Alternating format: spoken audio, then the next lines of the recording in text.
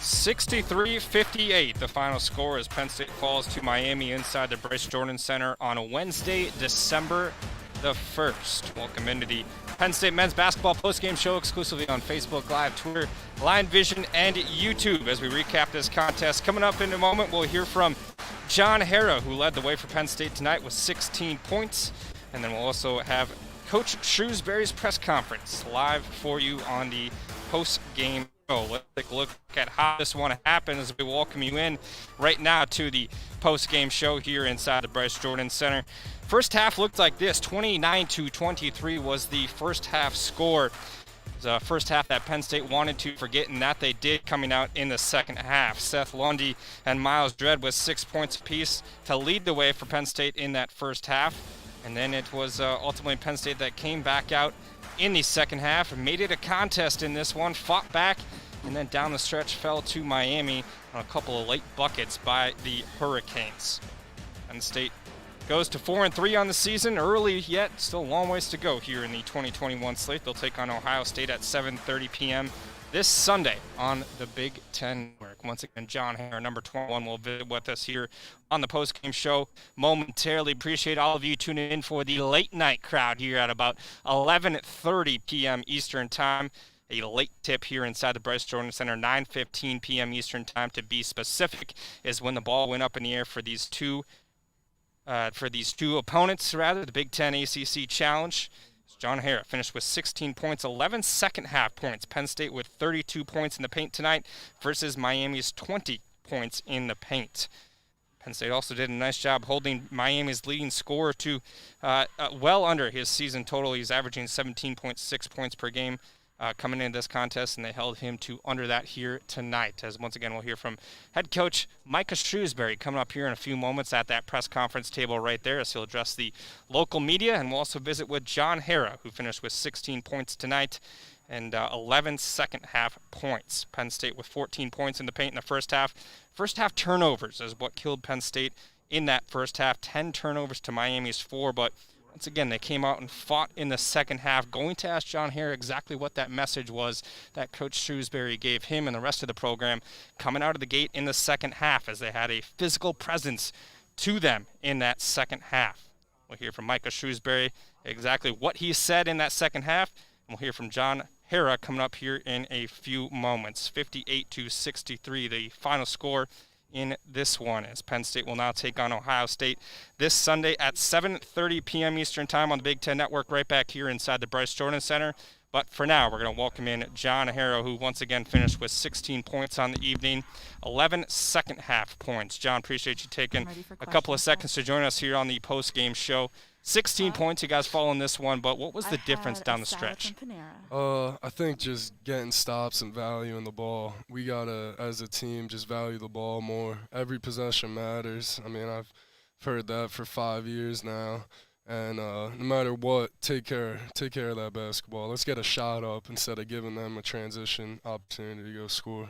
29-23 was the halftime score, and obviously it was the first half that you guys wanted to forget. What did Coach Shrewsbury say to you in the locker room with a much more physical presence in the second half there? Yeah, just kind of follow the game plan. We don't have to change anything. We didn't follow the game plan in the first half, so going in the second half, do what we practice, and then just go out there and be a basketball player. So just don't be in your head. Just go out, play basketball, play with the heart that you developed for the 20 years to go out and just be a basketball player.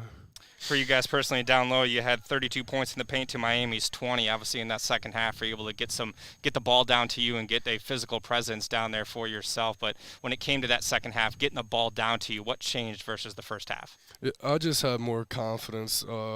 Just trying to finish around the rim, get my team easy points instead of maybe taking those threes, maybe just get an easy one, have them help on me so we can find out easy ones on the perimeter later in the game.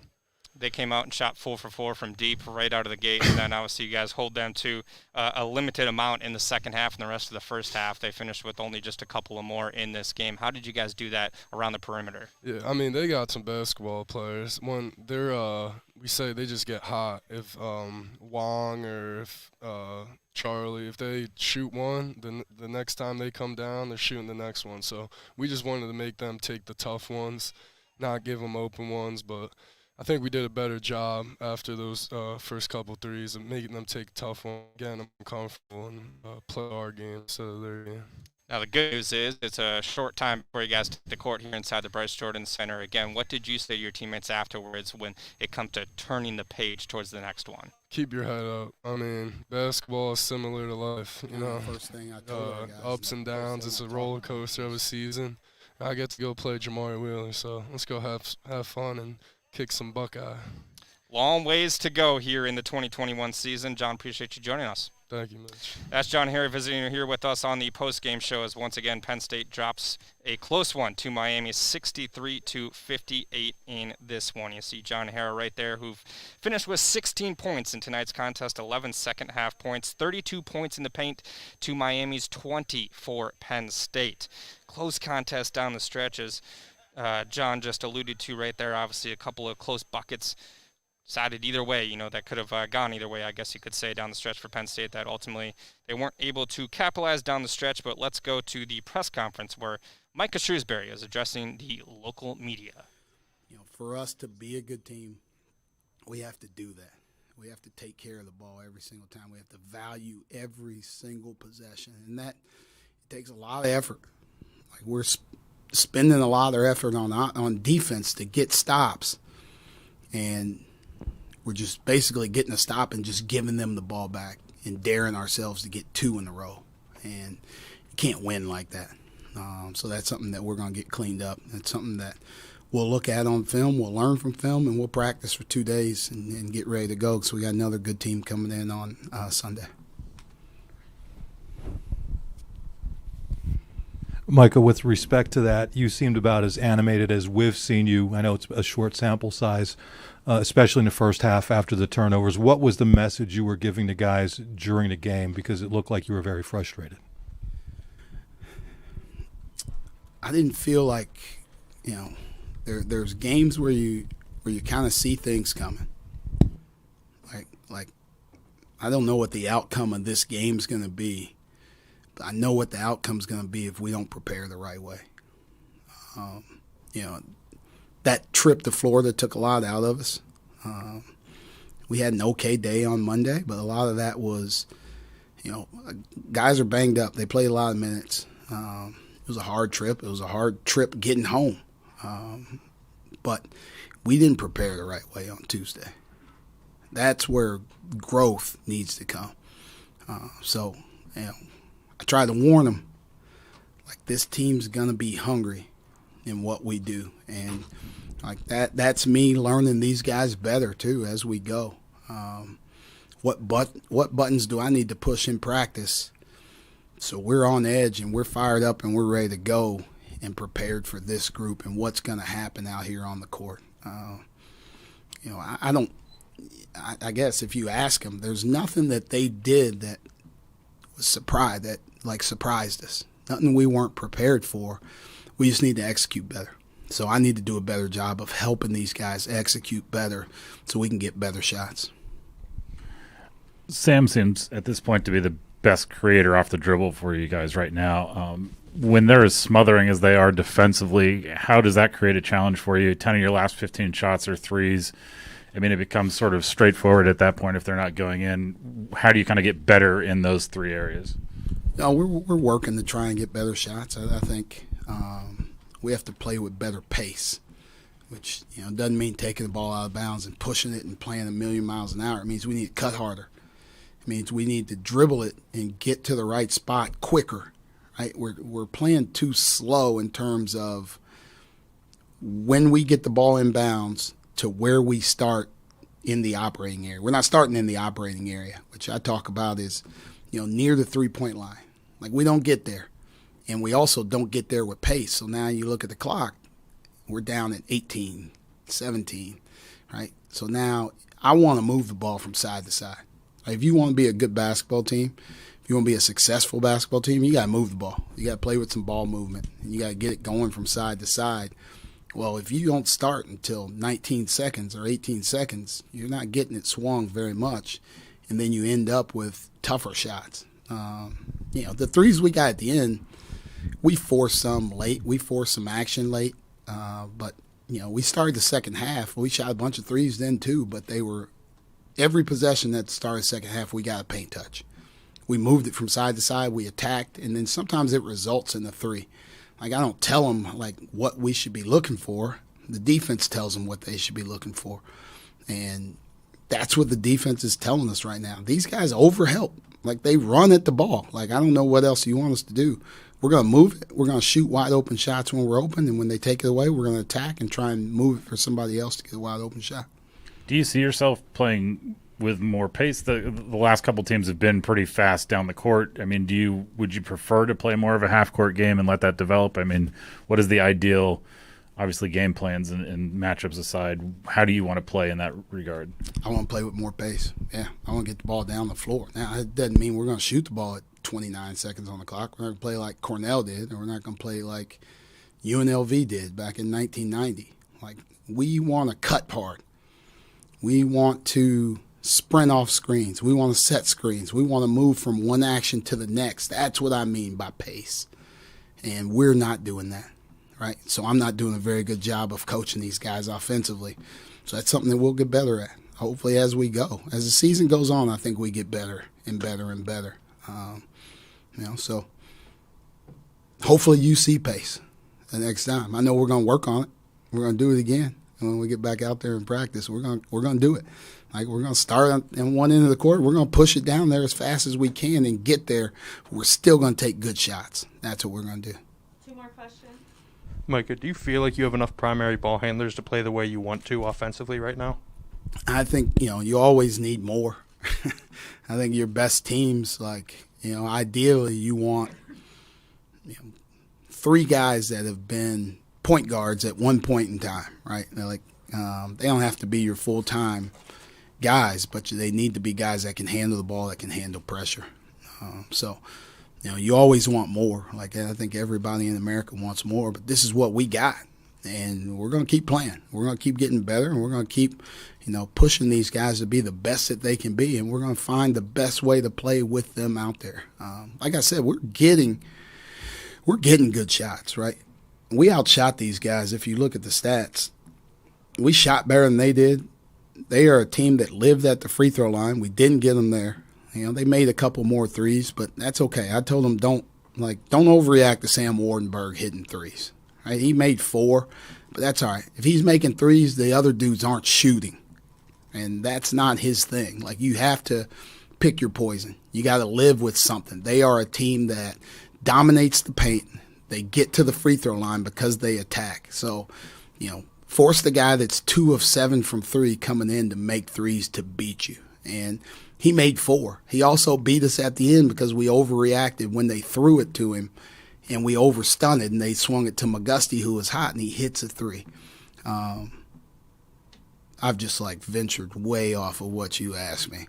But yes, I would love more ball handlers, but I think the guys that we got are good enough. We'll continue to coach them up, continue to get better, and we need them to play well, right? There's no nights off for those guys. Everybody in America wants to play. Every kid that's sitting at home, that's sitting on a college basketball roster, that's on a high school roster, whatever team you're playing on in America, you want to play. These guys have an opportunity to play. You got to take advantage of that opportunity. Coach, you've been in a couple You're in a couple of close games, LSU now today. What do you need to do better defensively in these closer type of games? 63's got to be enough. I don't know what else I can ask of our defense. That team that's a high-powered team. All of those guards are capable of getting 30 points. Charlie Moore hit some threes early. Charlie Moore's played at 4 colleges, right? The dude's played at Kansas. Kansas ain't just picking dudes off the street and allowing them to be on their basketball team. Like, that dude can play.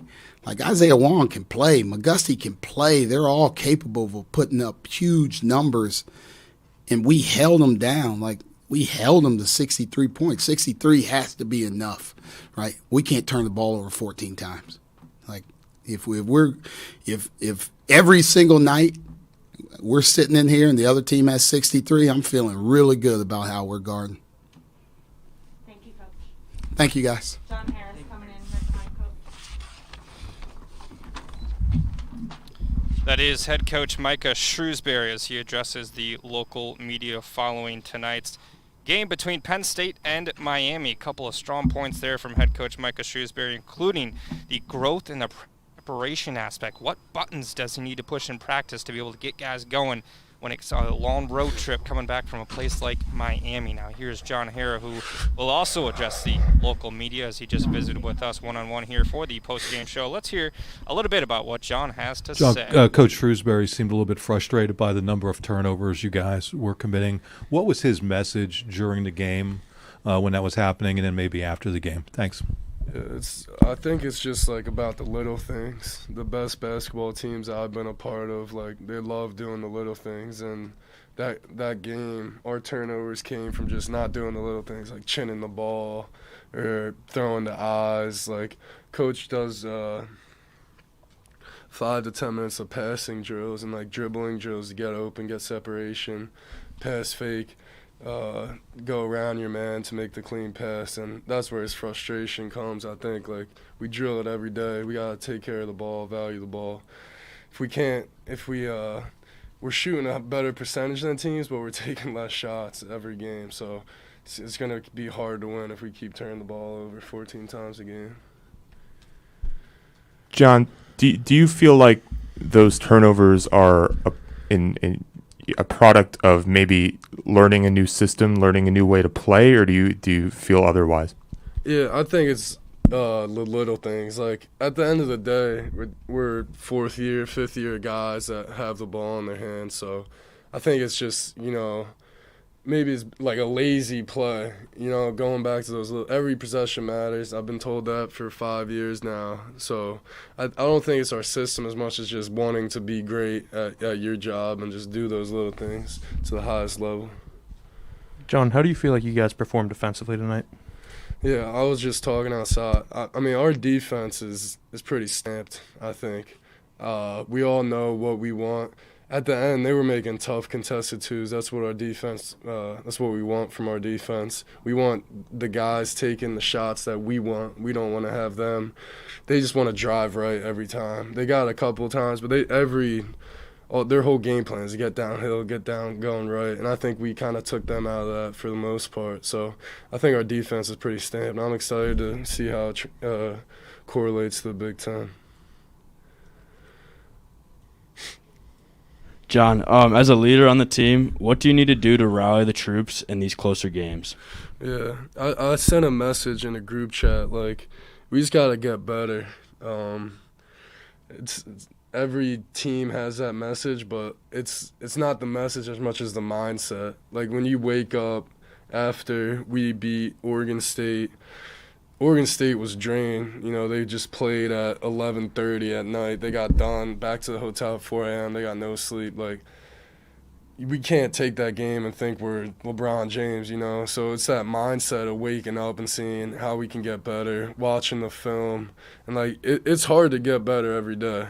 Like, it's a hard thing to do. So I think we got to keep changing our mindset to just taking every day, one day at a time, and see how we can get better. It's not easy. It's going to be hard. It's basketball.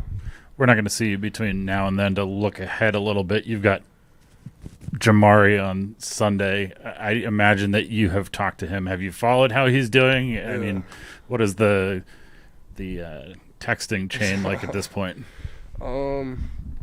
I didn't congratulate him actually last night. I saw they took down Duke though. I was happy for him, and it looks better for us, obviously, Big Ten. But I'm just excited to play Jamari. Like Trent, I hope it's not the same outcome as Trent, but I'm excited to play Jamari. I think I have a quote that I'm body slamming him, so I owe you that body slam. I don't know when, but it's coming. Thank you, John. Thank you, guys.